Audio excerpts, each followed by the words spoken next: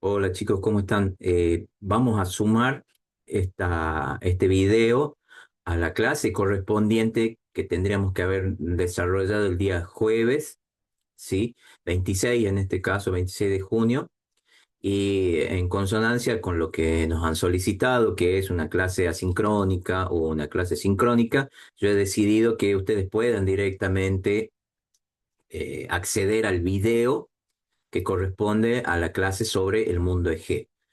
En este caso, sí, vamos a trabajar específicamente sobre lo que es un espacio diferente al que veníamos desarrollando, que es, o que eran en particular el espacio del norte de África con Egipto y el del Oriente Próximo con la Mesopotamia. Ya hemos superado esos análisis, sí, esos espacios en las clases anteriores, entonces ahora comenzaríamos, sí, a partir de esta clase a desarrollar lo que sería el mundo egeo.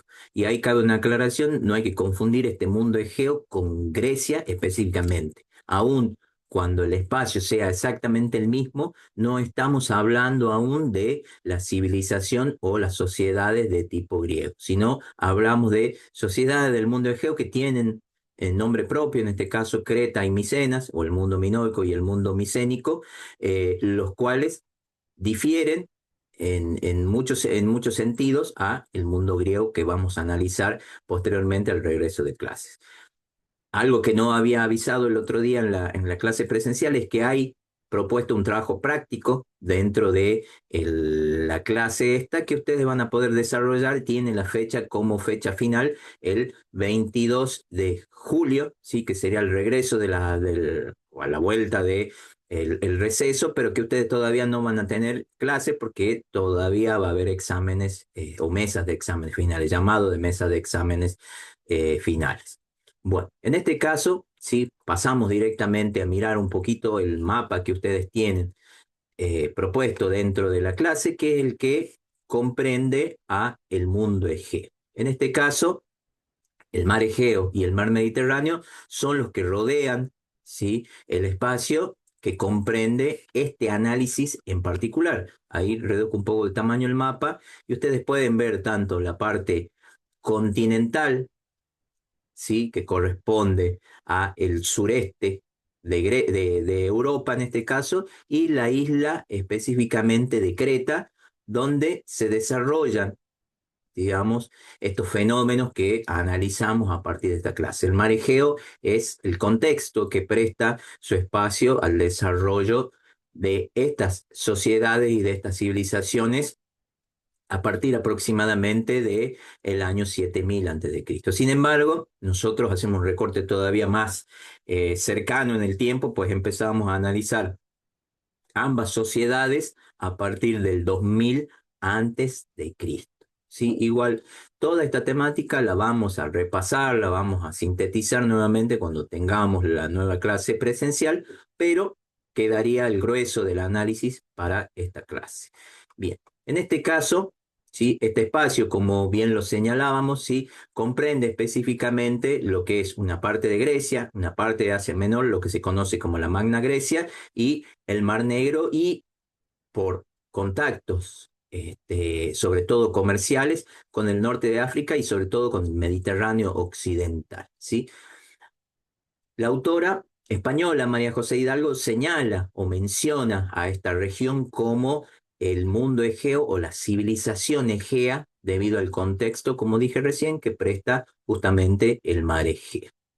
Para el poblamiento de esta región hay distintas teorías en particular, las cuales destacan en este caso una teoría migratoria que habla de la llegada de población venida desde la zona de Anatolia o de la zona de Asia Menor, que llegó tanto a la isla de Creta como a la parte continental, ¿sí?, a la península de los Balcanes en diferentes oleadas. Otra teoría también muy parecida a esa es la teoría difusionista de Gordon Childe, quien ustedes ya han analizado a través de esa teoría sobre la revolución urbana, la cual habla justamente de el poblamiento y la difusión cultural a través de lo que tiene que ver el comercio. Y finalmente también la teoría de Colin Renfrew, un arqueólogo que también habla de un desarrollo local, o mejor dicho, un desarrollo autóctono de la población y de los elementos culturales propiamente dichos de la región. Sin embargo,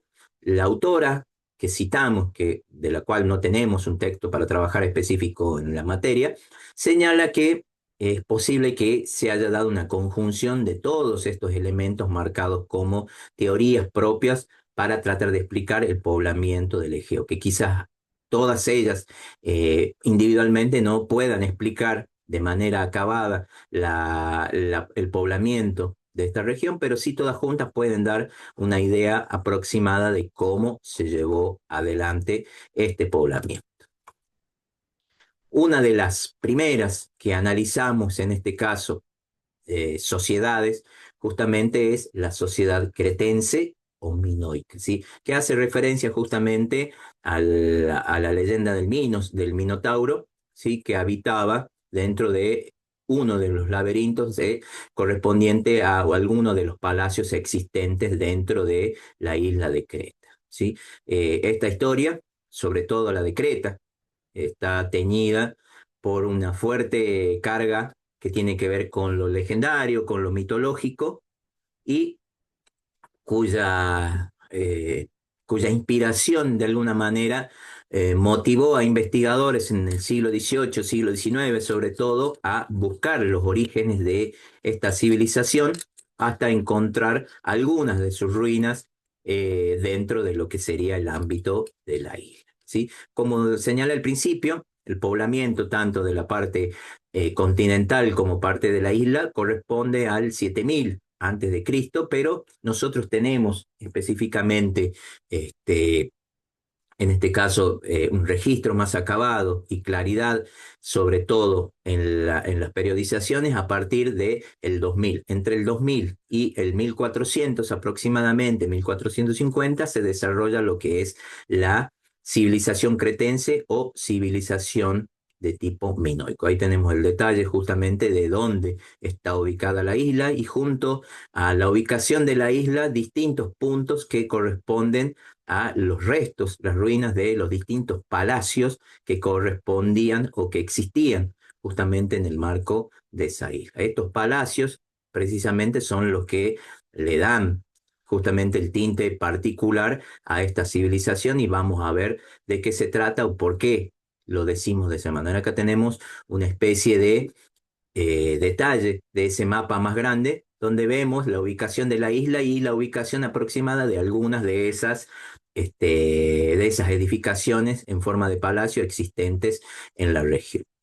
Desde el punto de vista de la periodización, sí, hay dos periodos centrales que destacan dentro de la historia de esta civilización, que es el periodo palacial primitivo, que va del 2000 al 1700 a.C., y el periodo palacial tardío, que va desde el 1700 al 1400 aproximadamente. ¿Por qué existe esta división en particular?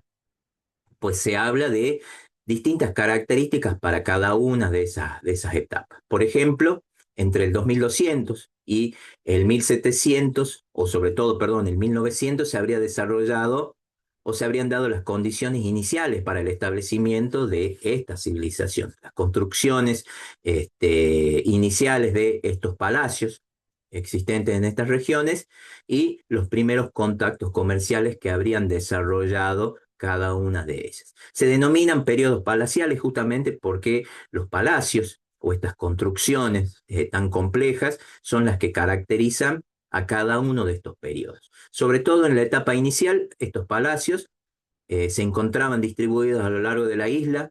Los investigadores, en este caso Bermejo Barrera o Hidalgo de la Vega o Gómez Pelosín, o también unos investigadores llamados Christiansen y Larsson, no tienen del todo claro cuál era la función final del palacio y si estaban todos unidos entre sí dentro de una sola civilización o si cada uno de los palacios funcionaba de manera independiente. Sí hay certezas acerca de algunas de sus funciones y algunas de sus características y en ese sentido se parecen mucho a los palacios mesopotámicos que ya analizamos en la primera parte, pues estos palacios tenían características tanto desde el punto de vista administrativo como desde el punto de vista político. Ahí era la residencia del mandatario de cada una de esas regiones, el cual, según estos investigadores, Christiansen y Larson, podrían haber tenido características tanto de tipo político como de tipo religioso o sacerdotal,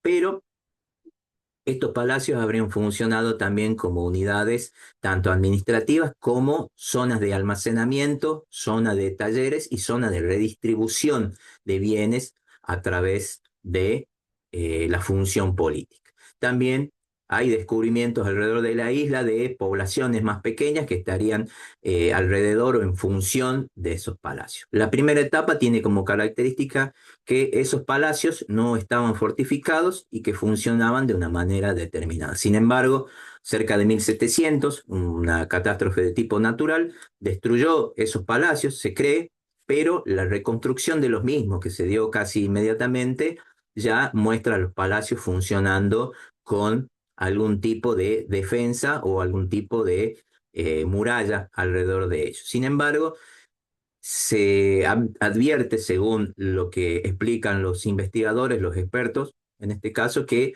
esas funciones también habrían venido acompañadas de una especie de militarización, ¿sí? Y una defensa un poco más férrea de la región.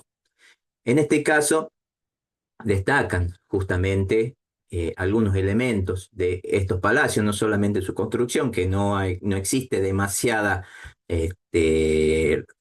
certeza sobre su forma final, pero sí algunas cosas que han pervivido de esta civilización, como por ejemplo la cerámica que existía en esta región.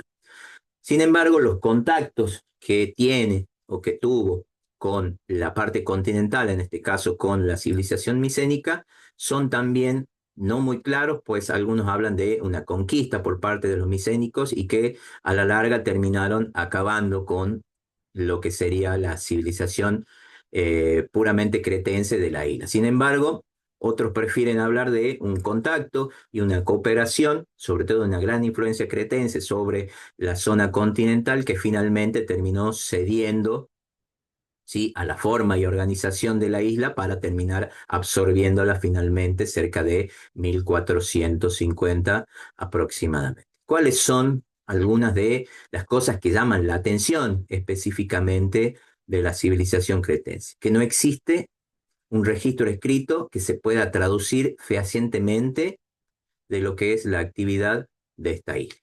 El lenguaje utilizado en esta región era el conocido como lineal A, del cual no existe ningún tipo de traducción.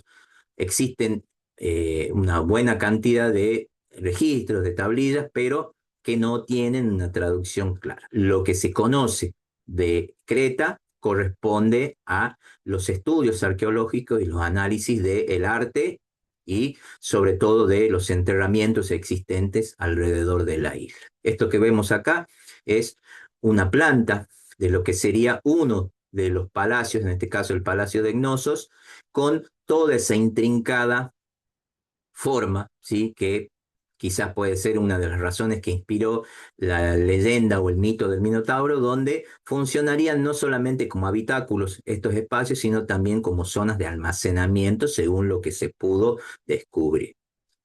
Y esta es justamente una reconstrucción, ¿sí?, en base a lo poco que quedaba del palacio, pero intervenida bastante por aquellos quienes descubrieron la región y que finalmente terminaron agregando un poco de su imaginación en la reconstrucción de lo que sería justamente el Palacio de Cnosos. En este caso ustedes tienen, ¿sí?, un link dentro de el aula en el cual pueden visitar una colección justamente de cerámica que corresponde a esta etapa, ¿sí? Otra de las cosas que destacan finalmente del mundo cretense es el comercio que va a establecer, ¿sí?, con distintas regiones, no solamente con la parte continental, sino con lo que sería el mundo del Oriente Próximo, como así también el mundo egipcio, que hace referencia en algunos de sus escritos a la existencia de estas personas que vivían en la isla.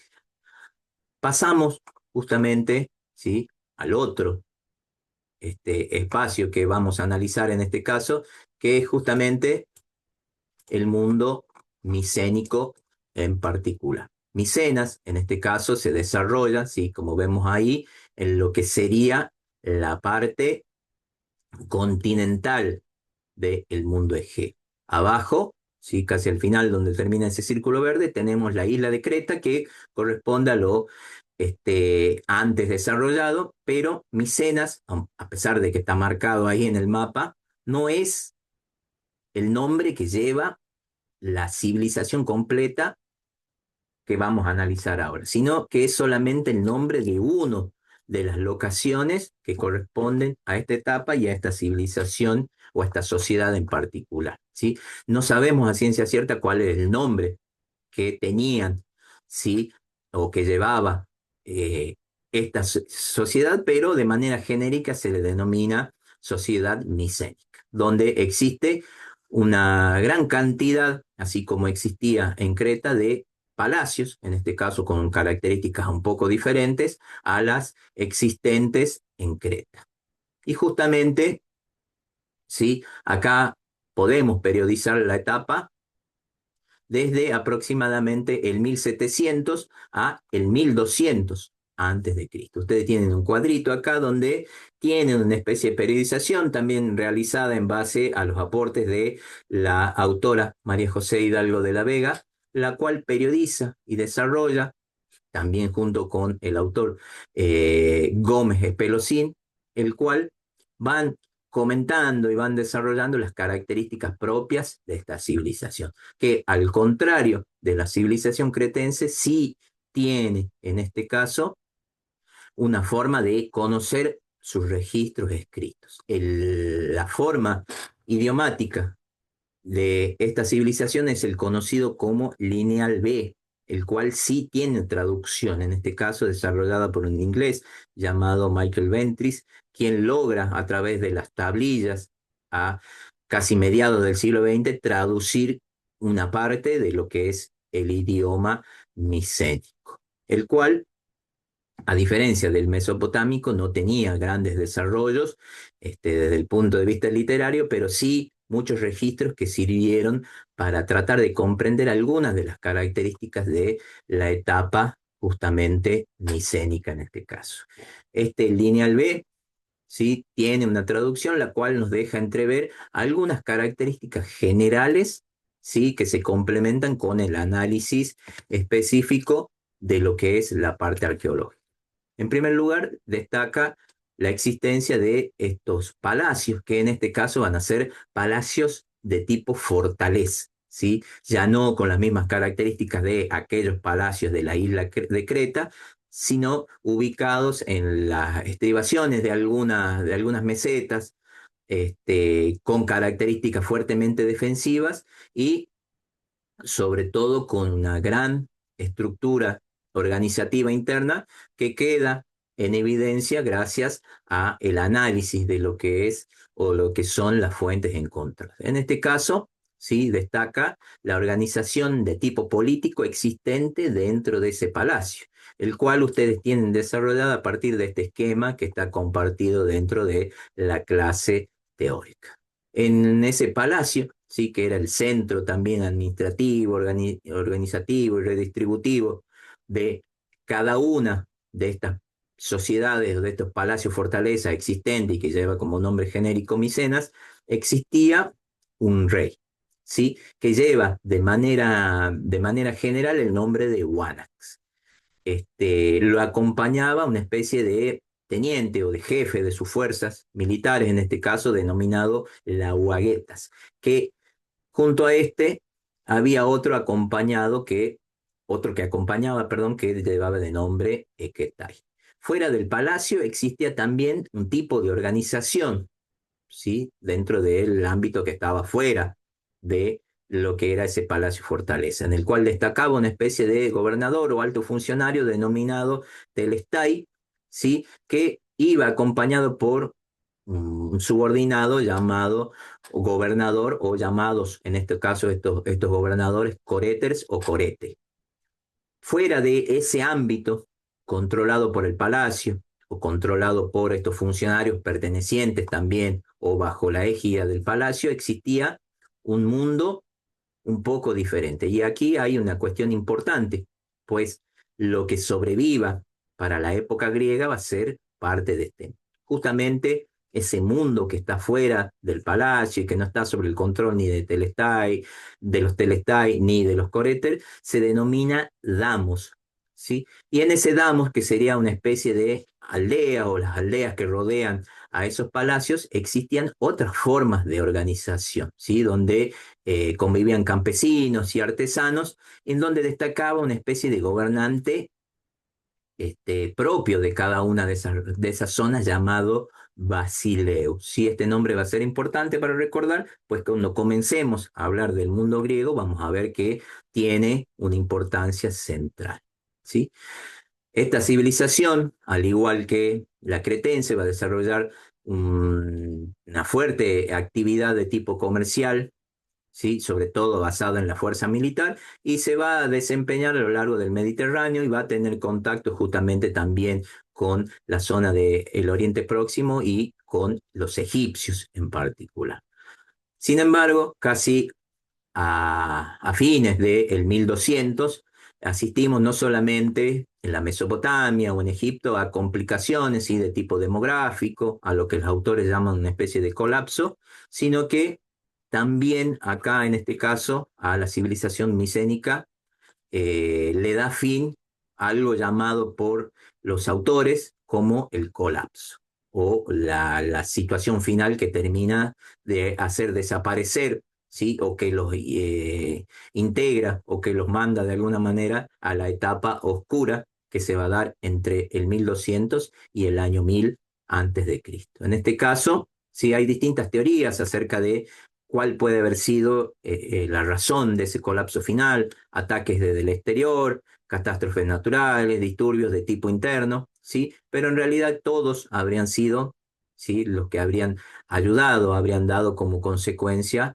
el final de la civilización egea, una etapa de interregno o de intermedio, hasta que aparecen los primeros registros cerca del 1100, cuando ya los micénicos y cretenses no son más que un recuerdo y que lo nuevo que va a aparecer a partir de aquí va a ser el inicio de la civilización griega.